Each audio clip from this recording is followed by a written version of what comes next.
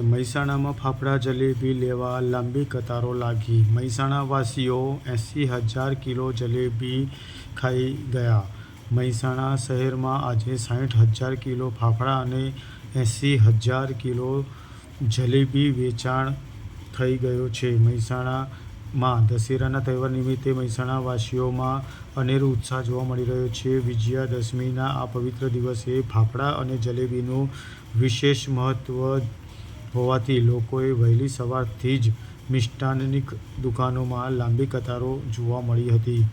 આ વર્ષે પણ દશેરાની ઉજવણીના ભાગરૂપે મહેસાણાના ફાફડા અને જલેબીનો ધૂમ વેચાણ થયો છે।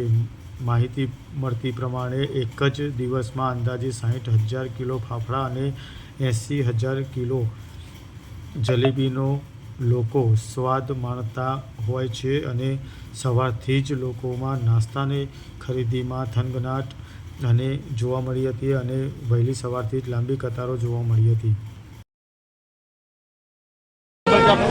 નરેન્દ્ર પટેલ।